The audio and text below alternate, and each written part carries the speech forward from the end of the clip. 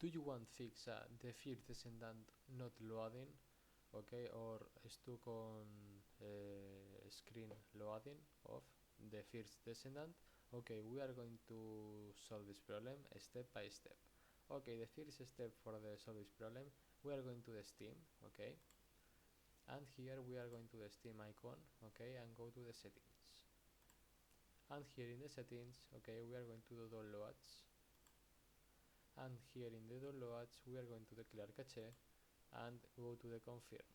Okay, here you confirm, and this is a first step.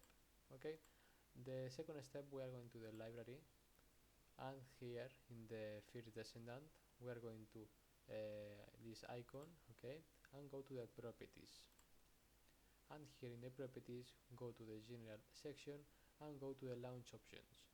Here, okay, do you put, okay, the dash dx11, if not work this, dash dx12, okay, and you go to insert files and verify, okay, the files, okay,